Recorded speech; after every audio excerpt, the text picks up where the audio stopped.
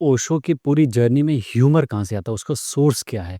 और अक्सर हम लोग उनके प्रवचन सुनते हैं तो मुल्ला नसरुद्दीन के जी। किस्से हैं, जो जोक हैं, वो आज भी बहुत रेलेवेंट हैं और बहुत ह्यूमर वाले हैं। तो उसका उस कैरेक्टर का ओरिजिन कहाँ से हुआ? थोड़ी-सी उसकी अगर कोई कहानी आपको पता हो?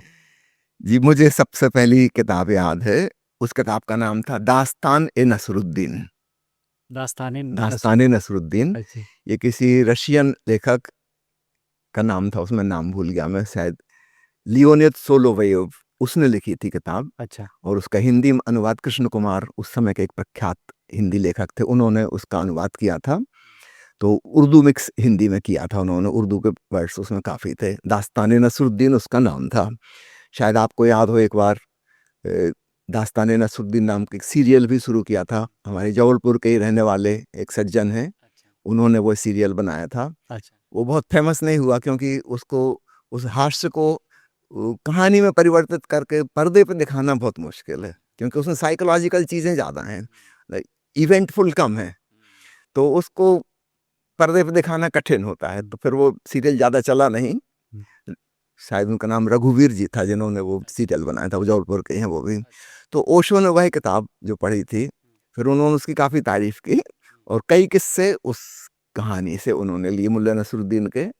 और फिर उन्होंने मुल्ला नसरुद्दीन की अरब कंट्रीज़ में जो किताबें प्रचलित थीं, फिर पता चला वो 150-200 साल पुरानी किताबें हैं। तो अरबी फ़ारसी में कुछ उसमें से ट्रांसलेट होकर अंग्रेजी में आईं। जब अंग्रेजी में आईं तब ओशो ने उनको पढ़ा। तो कुछ किस्से वहाँ से ओशो ने लिए। हुँ, फिर उन्होंने खुद ही किस्से बनाना शुरू किए। हुँ। तो तो ये पूरा इमेजिनरी कैरेक्टर है, मुल्ला नसरुद्दीन जो है। अब इसको इमेजिनरी, उस समय का तो ऐतिहासिक है वो, 200 साल पुराना, जिन जो उपन्यास लिखे गए हैं, उसमें तो रियल कैरेक्टर की तरह उसका वर्णन किया गया है। और यहाँ तक कि उसकी कब्र का भी वर्णन है, वो स्थान का नाम भी कहाँ पे है, बुखारा शरीफ में वह कब्र है। और वह कब्र भी बहुत मज़ेदार है, उसने उसका भी जिक्र किया है कि नसरुद्दीन ज़िंदगी भर तो मजाक करता ही रहा। हुँ, वो मजाक ऐसी करता था कि वही मूर्ख बनता था उसमें, दूसरे पे व्यंग नहीं होता था, अपने ही ऊपर व्यंग करके वो लोगों को समझाता था हुँ, कि हमारा मन कैसा काम करता है। और उसने जो कब्र बनवाई वो भी बड़ी विचित्र है। स सामने जो दरवाज़ा है, हुँ, मोटी सांकल लगी हुई उसमें, है ना? और खूब बड़ा लोहे का ताला, कोई 2 किलो वज़न का ताला उसमें लटका हुआ है ना? कि कोई खोल ना सके, अंदर ना घुस सके, और बाकी तीनों तरफ से सब खुला हुआ। कहीं कोई दीवार ही नहीं है। तो सामने से फर्स्ट इंप्रेशन जो आपको पड़ेगा कि कोई बड़ा सुरक्षा का इंतज़ाम किया गया है। नसरुद्दीन व्यंग कर रहा है, तुम ज़िंदगी में कितनी सुरक्षा का इंतज़ाम करो, वो बहुत हास्यास्पद है। 3 तरफ से सब खुला ही हुआ है, दीवार ही नहीं है। तुम एक तरफ कितनी बड़ा ताला लटका लो, उससे क्या होने वाला है? तो मरते-मरते भी वो एक व्यंग और कटाक्ष कर गया हुँ। कि हमारी सारी सुरक्षाएँ बस इसी प्रकार की हैं। अगर वो वाला आप बता सकें दर्शकों को जो ओशो कहते हैं कि मुल्ला नसरुद्दीन एक दिन अकेले थे, गर्मी का दिन था और उनको लगा कि आज अकेला हूँ तो बिना कपड़े के मैं रहता हूँ। वो वाला एक बार आप थोड़ा-सा बताइए अपने लहज़े में? जैसा कि वो आप बता ही चुके हैं, कोई व्यक्ति आया, एक जोड़ा आया पति-पत्नी मिलने के लिए, कोई इनके पहचान के हैं। उन्होंने दरवाज़ा खटखटाया, तो जब दरवाज़ा खटकाया, नसरुद्दीन ने खोला। अब खोल के एकदम नसरुद्दीन भी हक्का-बक्का रह गया कि क्या करें, क्या ना करें? और वो लोग भी हक्का-बक्का। और वो महिला जो थी उसने बेचारी ने आँख नीचे कर ली, अब करें तो क्या करें? वो नसरुद्दीन ने नमस्कार किया, "आइए, भीतर आइए।" अब आना ही पड़ेगा, भीतर आ गए।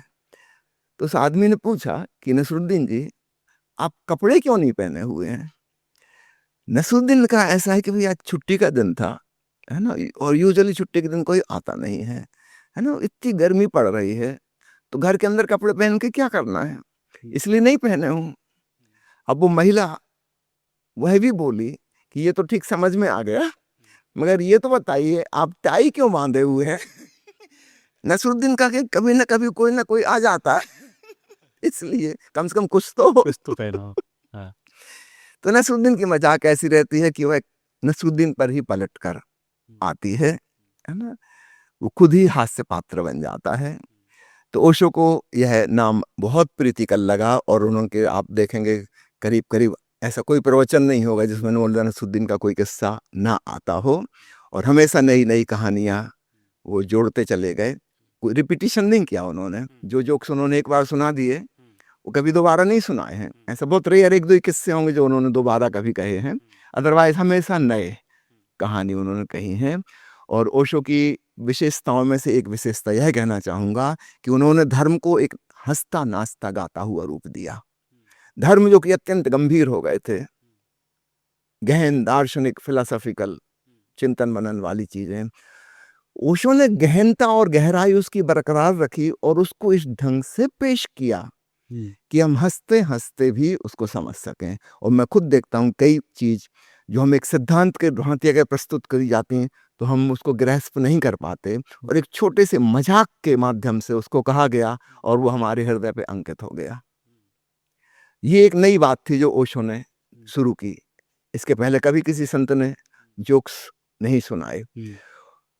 ओशो ने हंसी का इतना ज्यादा उपयोग किया कि बाद के 3 सालों में तो उन्होंने प्रवचन के अतिरिक्त एक खास समय 15-20 मिनट का समय ही रखा सिर्फ जोक्स के लिए। एक सरदार जी वहां थे, उनका नाम था सरदार गुरदयाल सिंह। वो खूब जोर से हंसते थे और अक्सर ऐसा होता था कि जोक शुरू होते ही समय ही हंस देते थे वो। उनका कहना था हमें भगवान पे भरोसा है, वो सुना रहे हैं, हंसी वाली बात होगी तो हम पंच लाइन का इंतजार क्यों करें, एडवांस में हंस देते थे। तो उनकी हंसी से सब परिचित थे। तो ओशो ने वो समय का नाम ही रख दिया था, this is Sardar Gurdayal Singh time. अच्छा। तो जब प्रवचन खत्म करके फिर वो कहते थे now it is time for Sardar Gurdayal Singh, और फिर 3-4 चुटकुले सुनाते थे। और जब सारे लोग अट्टहास कर रहे हों, फिर अचानक वो म्यूजिशियन से कहते थे ड्रम बजाने की, नाउ बी साइलेंट। और ऐसा सन्नाटा छाता, इतनी सहजता से ध्यान घटित होता जिसका कोई हिसाब नहीं। यह बात अकल्पनीय थी कि चुटकुलों का उपयोग ध्यान में डूबने के लिए किया जाएगा। ओशो ने वो करके दिखाया, है ना। हमेशा से हमने ध्यान को बड़ी गंभीर बात समझा है ना, कि त्याग करना पड़ेगा, तपस्या करनी पड़ेगी, परिवार छोड़ना पड़ेगा, उपवास करने पड़ेंगे, जंगल में गुफा में जाकर रहना पड़ेगा।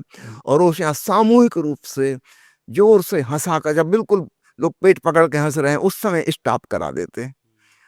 और उस क्षण में निश्चित रूप से जब हम हंसते हैं हमारे भीतर विचार नहीं चलते। अच्छा, जोक की एक साइकोलॉजी है। जोक में एक कहानी चल रही है, कुछ इवेंट हो रहा है, ये हुआ वो हुआ, फिर अचानक एक पंच लाइन आती है जो हमारे अनएक्सपेक्टेड, हमारे लिए अनपेक्षित थी। वो हम सोच रहे थे इसके बाद ये होगा ये होगा ये होगा, एक लॉजिकल सीक्वेंस में हम चल रहे हैं और एक इलॉजिकल टर्निंग पॉइंट आता है। वहां पे हमारा लॉजिकल माइंड काम नहीं कर सकता, तो वह अवाक चुप रह जाता है।